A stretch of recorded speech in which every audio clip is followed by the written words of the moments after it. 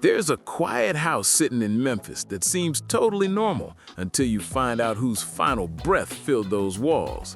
Bobby Blue Bland, the man with a voice that was velvet smooth yet burned with fire, spent his last days there.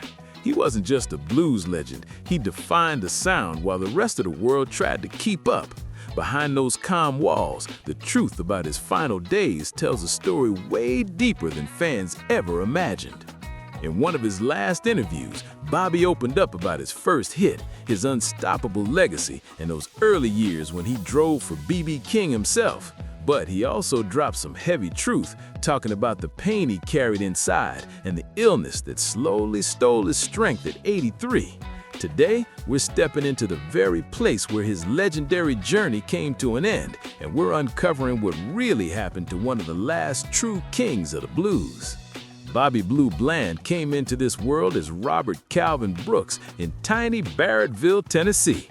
His dad, I.J. Brooks, left before he could even remember him, so Robert grew up without that guiding hand. When his mom remarried, he took his stepfather's last name, Leroy Bridgeforth, better known around town as Leroy Bland, and that name stuck for life. School didn't hold him for long. He dropped out in 3rd grade, trading classrooms for long, hot days picking cotton just to help his family get by. But destiny was calling. In 1947, Robert and his mother packed up and moved to Memphis, where his voice started to shine in local gospel groups like the Miniatures. Yet it was Beale Street that truly captured his heart.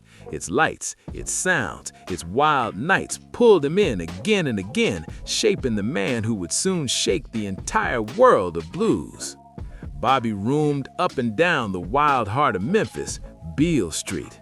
That strip buzzed with music, sweat, and dreams, and it's where he linked up with a tight crew of rising stars, B.B. King, Roscoe Gordon, Junior Parker, and Johnny Ace. Together, they'd become known as the Beale Streeters, a name that would echo through blues history.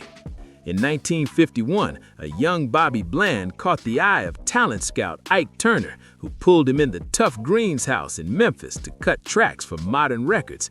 But there was one big challenge. Bobby couldn't read sheet music, so they started with the one song he knew by heart, Stormy Monday.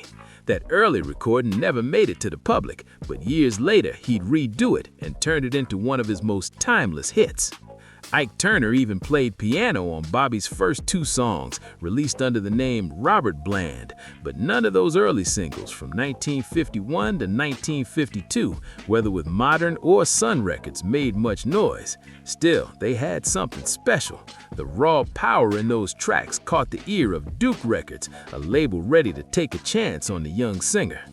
Those early studio sessions showed Bobby chasing his own sound, something between smooth and soul-scorching. But just as he was finding his groove, life threw him a curveball. He got drafted into the U.S. Army. For 2 long years, he served his country and even joined a military band that performed alongside singer Eddie Fisher. But when he finally came back to Memphis in 1954, the city had shifted. Old friends like Johnny Ace were blowing up, and Bobby slipped into Ace's review to keep his name alive before heading back to Duke Records, now under the tight grip of Houston businessman Don Robey. According to biographer Charles Farley, Robey slid a contract in front of Bobby, one he couldn't even read, and then guided his hand to sign it. That contract Bobby signed? It was brutal, just half a cent per record. That's barely a drop compared to what most artists were getting. Still, Bobby pushed forward. In 1955, he dropped his first single with Duke Records, and by the next year, he was grinding on the Chitlin circuit alongside Junior Parker in a tour called Blues Consolidated. At first, Bobby wasn't the star. He was Parker's driver and valet, shining shoes and hauling gear, but that fire inside him was building fast. Soon, Bobby was back where he belonged, in the studio. Teaming up with bandleader Bill Harvey and musical arranger Joe Scott, he helped craft a sound that would make history. Those sweeping horns, that soulful rhythm, and Bobby's voice cutting through like silk and smoke. This became the unmistakable sound of Bobby Blue Bland. Guitarist Wayne Bennett often slid in the final touch, layering in that smooth, electrifying edge that made each track unforgettable. Unlike many bluesmen of his era, Bobby didn't need a guitar or piano. His voice was his instrument. That raspy, aching, yet velvet tone could make any song feel like a confession and a celebration all at once.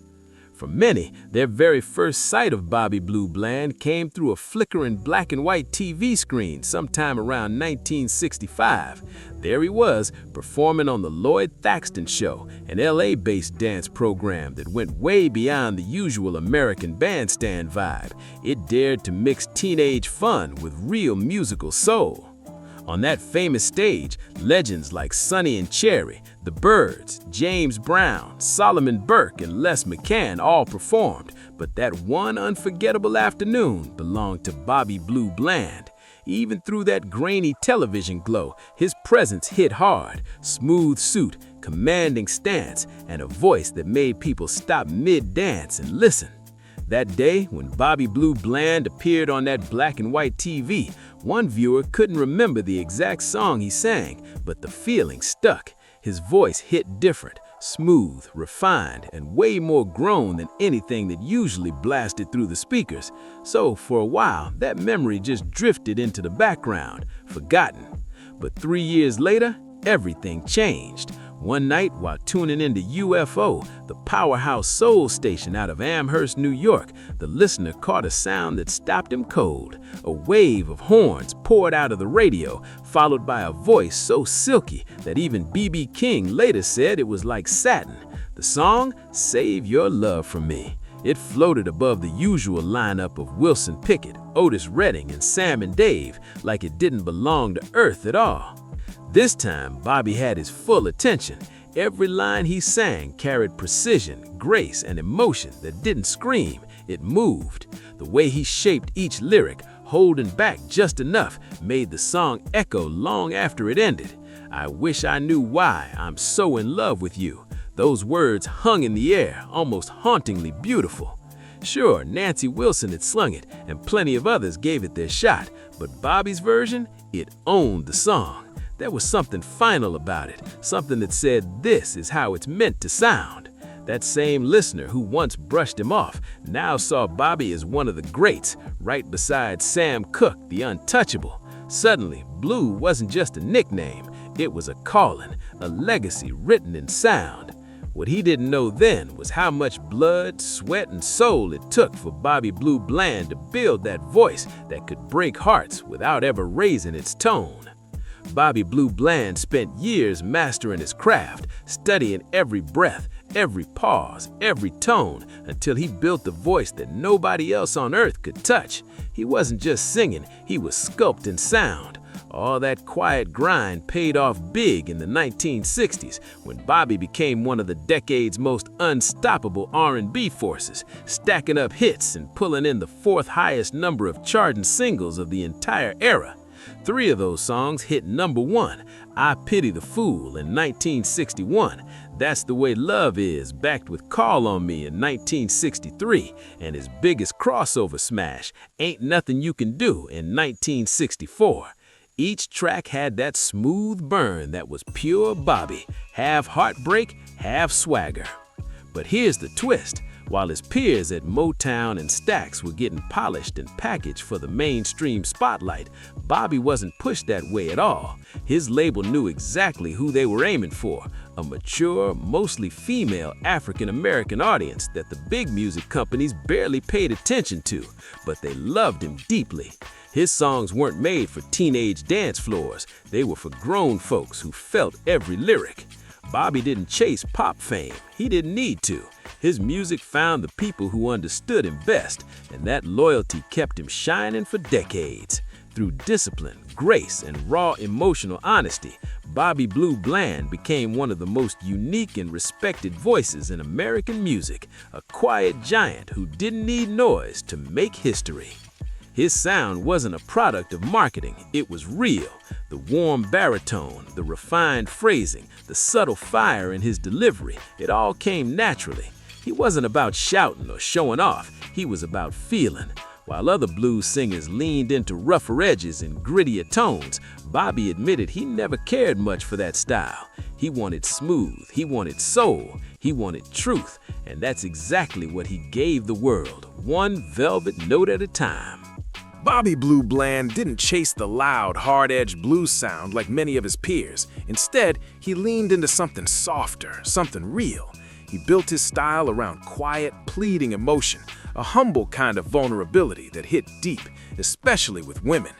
He once described his creative gamble perfectly.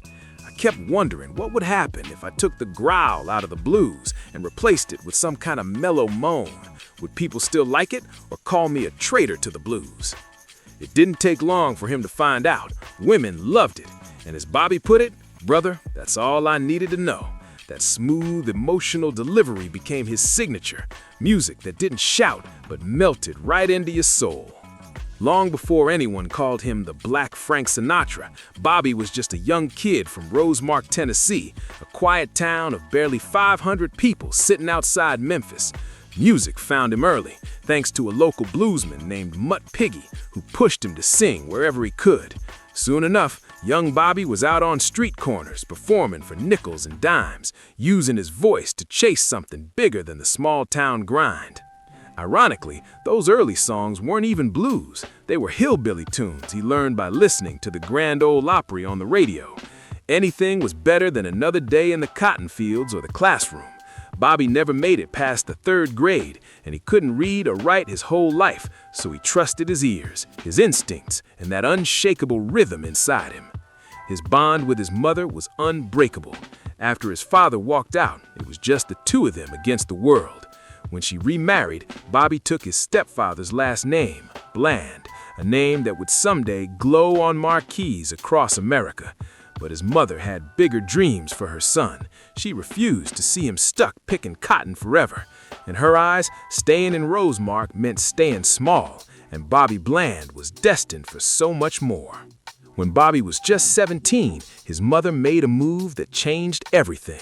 They packed up and left tiny Rosemark behind for Memphis. Her reason was simple but powerful. Memphis was the heartbeat of the Mississippi Delta, often called the Main Street of Black America. It was a city buzzing with music, struggle, and opportunity, a place where a boy who lived to sing could actually chase a dream. Once they arrived, life wasn't easy. Bobby Blue Bland hustled hard just to survive. He scrubbed dishes and mopped floors in his mother's small restaurant, ran groceries across town on a beat-up second-hand bike, and even hung around a neighborhood garage, soaking up everything he could about fixing cars. But the real turning point came when he learned to drive. Getting that driver's license gave Bobby a taste of freedom he'd never had before, and it opened up new doors fast. Suddenly, he was parking cars at the Peabody Hotel, giving rides to laborers heading from downtown Memphis to cotton fields across Mississippi and Arkansas, and even chauffeuring customers to bootleggers for a few extra bucks. That skill behind the wheel would end up taking him far beyond those street hustles. It would become a key to his future in music, too. Through it all, no matter what job paid the bills, singing stayed at the heart of Bobby's life. He and his mother attended the Baptist church together, where he sang his heart out in the choir. But on weekends, that's when things really lit up. He joined the Miniatures, a 5-man gospel group inspired by the Pilgrim Travelers, the same Houston-based group that once featured a young Lou Rawls. Bobby threw himself into gospel music with everything he had, studying voices like the Mighty Clouds of Joy and other church powerhouses. Every harmony, every soulful shout, every smooth run built the foundation for the sound that would soon make him a legend.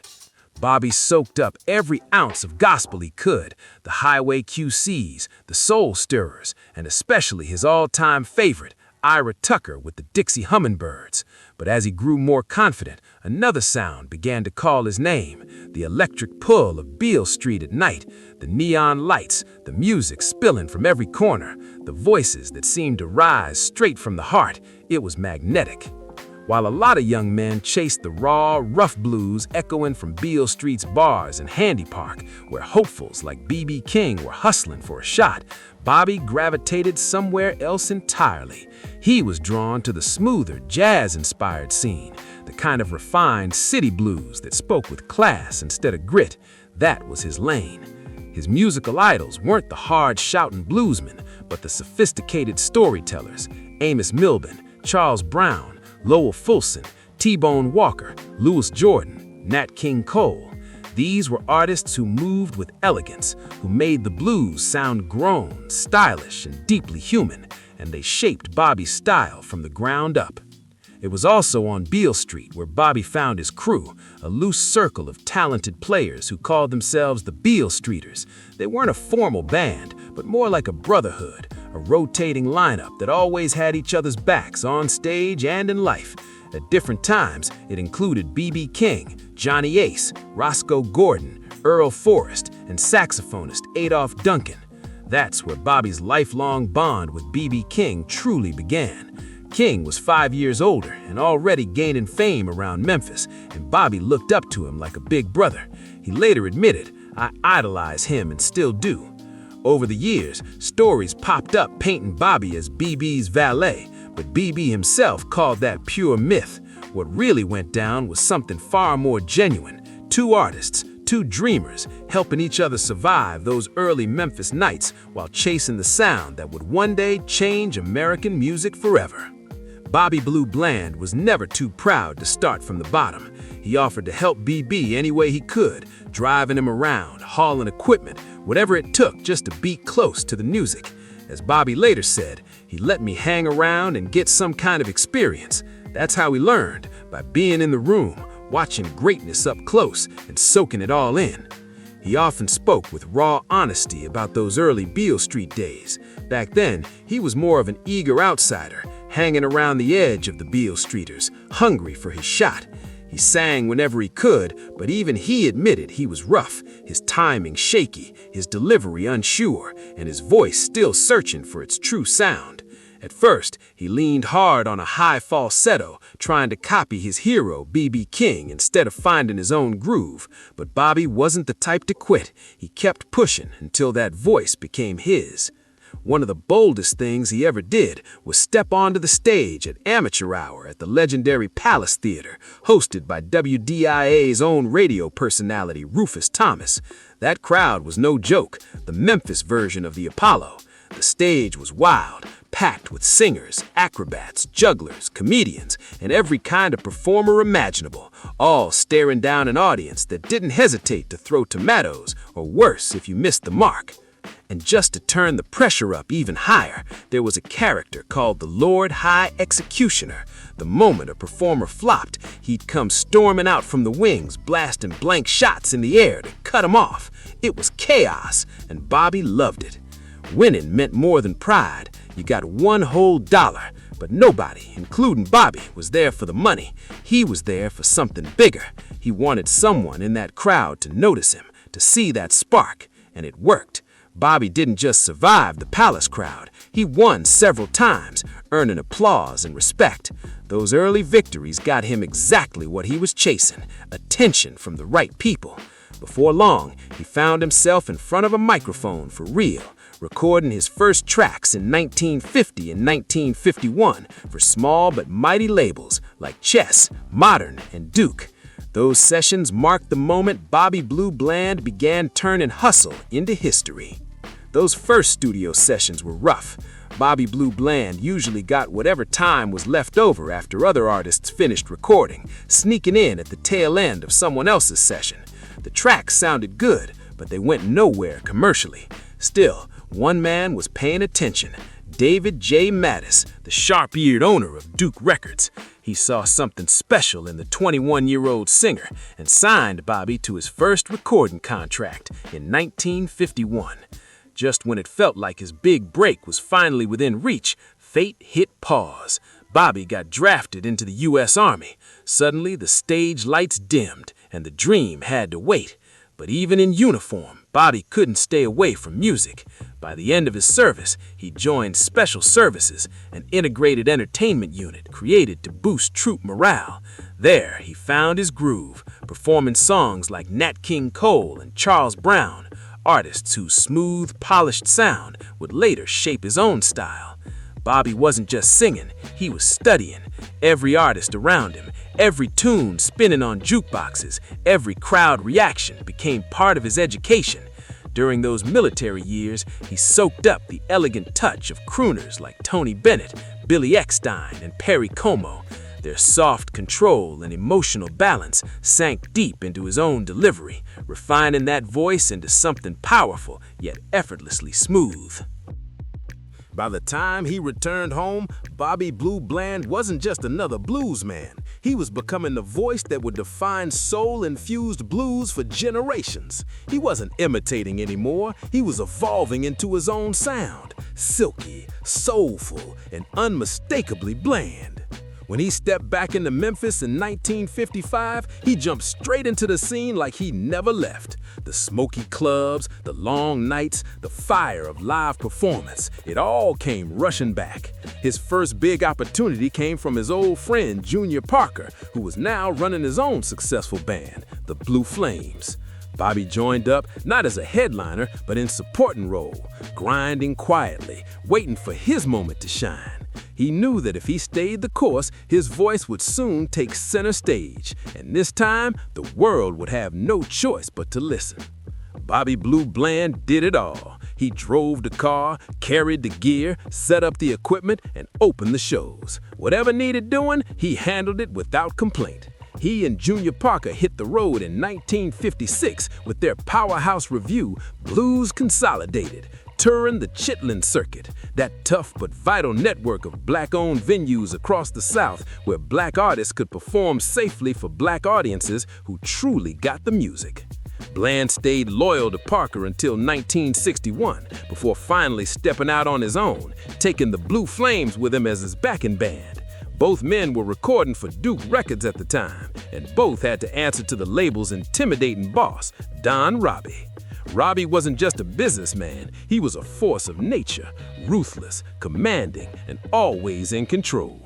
Robey had first partnered with Duke founder David Mattis back in 1952, but it didn't take long before he made it clear who was really running things. By 1953, Robey had full control of the label.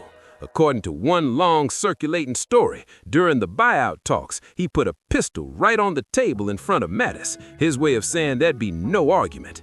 That move set the tone for how he ran his empire, his way or no way. Once Robey took over, everything changed. He rewrote contracts on his own terms, and Bobby, who couldn't read or write, had no idea what he was signing.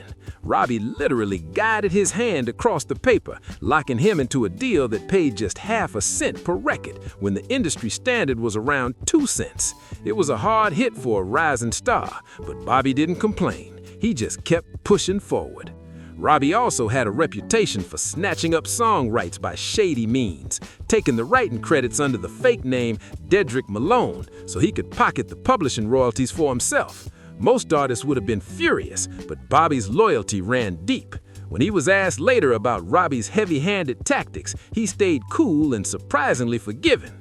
"Well, he's in business," Bobby said simply. "Each company that you get with does the same thing. But Robey did a lot of people a lot of favors, like me for one, getting a chance to record." That quiet loyalty came from Bobby's nature. He wasn't about drama or revenge. He believed in staying grateful for every shot he got, even when the odds and the contracts weren't stacked in his favor. Bobby Blue Bland wasn't the loud, demanding type. He was quiet, humble, and deep down, a little unsure of himself. In a way, he needed the structure that Don Robey provided. And Robey, flawed as he was, ended up filling a space in Bobby's life that had been empty for years. For a man who grew up without a father, Robey's tough, commanding presence took on something close to that role. He responded to it, even when it meant sacrificing fair pay for a sense of belonging. But one thing nobody can deny, Don Robey saw Bobby's potential from the start. However shady his business moves might have been, his instincts for talent were razor sharp. He knew exactly what kind of material fit Bobby's voice, the perfect blend of smooth sorrow and soulful fire, and it paid off big time. The 2 decades Bobby spent under Duke Records became the golden era of his career. Hit after hit poured out, defining not just his legacy, but the very sound of modern blues and soul. What's wild is that more than 2/3 of those R&B hits actually crossed over onto the pop charts, something few blues artists had ever pulled off. That right there proved just how powerful and universal his music was. Bobby's real breakthrough came in 1957 with Farther On Up the Road, a fiery anthem that kicked open the door to everything that followed. From there, he went on an incredible run through the late 50s and early 60s, dropping songs that will become forever classics. It's My Life, Baby, I Smell Trouble, Little Boy Blue, Cry, Cry, Cry, Don't Cry No More, Ain't That Lovin' You, Stormy Monday, and the explosive Turn On Your Love Light. Each song carried that signature Bobby Blue Bland sound, elegant yet fierce, smooth yet full of soul. And when those singles hit, they were followed by a streak of groundbreaking albums, starting with his 1961 masterpiece, 2 Steps from the Blues. That record didn't just make him a star, it sealed his place as one of the greatest voices the blues had ever known. Then came the streak that sealed Bobby Blue Bland's place in music history. Here's the Man, 1962, Call on Me, 1963, The Soul of the Man, 1966, and Touch of the Blues, 1967. Fans and critics still rank these albums among the best blues records ever made. Almost every LP Bobby cut for Duke Records carried songs that stood the test of time, pure emotion wrapped in elegance and power. By 1957, Bobby's voice was finally becoming something truly his own. He dropped that falsetto he once borrowed from B.B. King and started carving out a new signature sound. That's when he found his secret weapon, a raw, emotional vocal burst he called the squall. It was a gritty cry from deep inside, something between a shout and a moan, filled with pain, pride, and passion all at once. Bobby later admitted he got the idea from gospel preacher Reverend C.L. Franklin, yes, Aretha Franklin's father, after hearing his famous sermon, The Eagle Stirreth Her Nest. But that squall was just one part of Bobby's magic. The real key to shaping his sound came from his partnership with arranger and band leader Joe Scott. No one had a greater influence on Bobby Blue Bland than Joe Scott. No one. Bobby himself once said, "He was everything. Without Joe, I wouldn't be the singer I am." From 1958 through 1968, Joe Scott was in total command of Bobby's musical world. He handled the band, the horn sections, the arrangements, the recording sessions, even helped Bobby refine how he phrased each lyric and how he shaped every word he sang. Scott had a vision that changed the game. He blended the deep emotion of blues guitar with the bold, brassy sound of big band horns, drawing inspiration from 40s legends like Louis Jordan, Lionel Hampton, and Count Basie. He mixed that swing with the rising soul energy of the 1960s. The result, a sound that was classy, fiery, and timeless all at once. With Scott's precision and Bobby's passion, they built a musical identity that was bigger than either of them alone, a blend of blues, jazz, and soul that felt both modern and deeply rooted in tradition. That partnership didn't just shape Bobby Blue Bland's career, it reshaped the entire sound of rhythm and blues forever. Joe Scott wasn't just Bobby Blue Bland's arranger, he was his mentor, his teacher, his musical coach. He spent countless hours training Bobby on every detail of his craft, how to deliver a lyric with emotion, how to shape a phrase so it hit just right, even how to handle a microphone with precision and control. And Bobby soaked it all in like a sponge. Known for his perfectionism, he'd work a song for hours, breaking it down line by line, studying every emotional twist until he owned it completely before daring to perform or record it. To keep that raw, earthy blues heart alive, Joe Scott always grounded Bobby's arrangements with scorching guitar work. Players like Pat Hare, Clarence Holloman, and most famously Wayne Bennett brought fire to those tracks. Bennett's smooth yet razor-sharp guitar on Bobby's version of T-Bone Walker's Stormy Monday became the definitive take, the one everyone still points to as pure perfection. Though Bobby and Joe Scott eventually parted ways after 1969, their decade together had already left a permanent mark. The lessons Joe drilled into him, discipline, precision, emotional restraint, and fearless creativity became the backbone of Bobby's entire career. Bobby Blue Bland didn't rise on hype or shortcuts. He earned every bit of his fame the hard way. Beyond the studio hits and critical praise, it was his relentless touring that built his legend. At his peak, he was performing more than 300 nights a year. He lived on the road, crisscrossing the country in an exhausting schedule that few artists could ever keep up with. And even when fame came calling, Bobby never turned his back on where he started. Despite his national success, he kept performing in the same kinds of places that first gave him a voice: juke joints, cafes, county fairs, and small, smoky blues clubs scattered across the South. He stayed connected to the people who lifted him up from the start, the loyal African-American audiences who saw him not just as a star, but as one of their own. By the early 1970s, Bobby Blue Bland had become more than a bluesman. He was a symbol of dedication, grace, and soul, a living reminder that greatness doesn't come from flash. It comes from heart, hustle, and holding on to your roots no matter how high you climb. When Duke Records was sold to MCA, it felt like the closing of a legendary chapter, the end of an era that had defined Bobby Blue Bland's rise. Critics were quick to say his best days were over, but Bobby wasn't done, not even close. The Duke years had set an insanely high standard, but instead of living in their shadow, Bobby spent the next 3 decades building new chapters, proving he could still evolve and shine in a changing music world. The MCA years came with mixed reviews. Some folks didn't vibe with the new sound, and most of that criticism came down to location and style. Now recording out in Los Angeles, a long way from the southern soil that birthed his blues, Bobby was surrounded by a slicker, more polished West Coast sound. Some thought it clashed with his raw, soulful mystique. In those LA studios, he was working with top-tier session musicians and producers like Steve Barry and Michael Amardian, both coming from pop backgrounds. That made old-school blues fans nervous. They feared Bobby was drifting too far from his roots. But just when people started doubting, Bobby showed them all he could adapt without losing himself. His California album proved it, scoring a top 10 R&B hit with This Time I'm Gone for Good, a heartbreak anthem that reminded everyone his voice still cut deep.